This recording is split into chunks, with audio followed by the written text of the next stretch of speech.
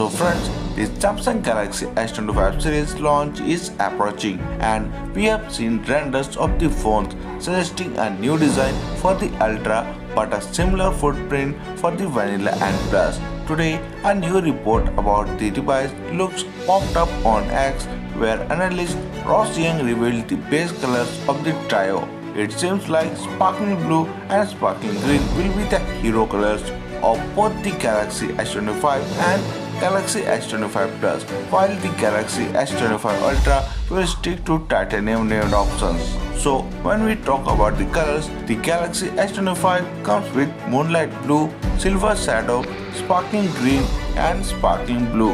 And when we talk about the Samsung Galaxy S25 Plus, it comes with midnight black, moonlight blue, silver shadow, sparkling blue and sparkling green. And when we come to the Samsung Galaxy S25 Ultra, it comes with titanium black, titanium blue, titanium grey and titanium silver.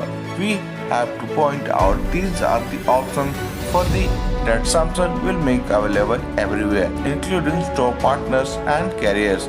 We have yet to learn more about the exclusive colors that the company traditionally sells only in its online store. Samsung is ditching the yellow and violet options from the S24 portfolio, but some fans might not be happy that while all S25 phones will get a blue option, the Ultra will be missing on the green paint job. Paint jobs have become increasingly insignificant in the world of smartphones as many users opt for a customized protective case. Nevertheless, Samsung is expected to offer a Galaxy accessories including cases which could have the same colors, allowing customers to stay in style on top of protecting their new Galaxy smartphone. So that's for today in this video. Thank you for watching, and for more videos like this, please subscribe to the channel and press the bell icon.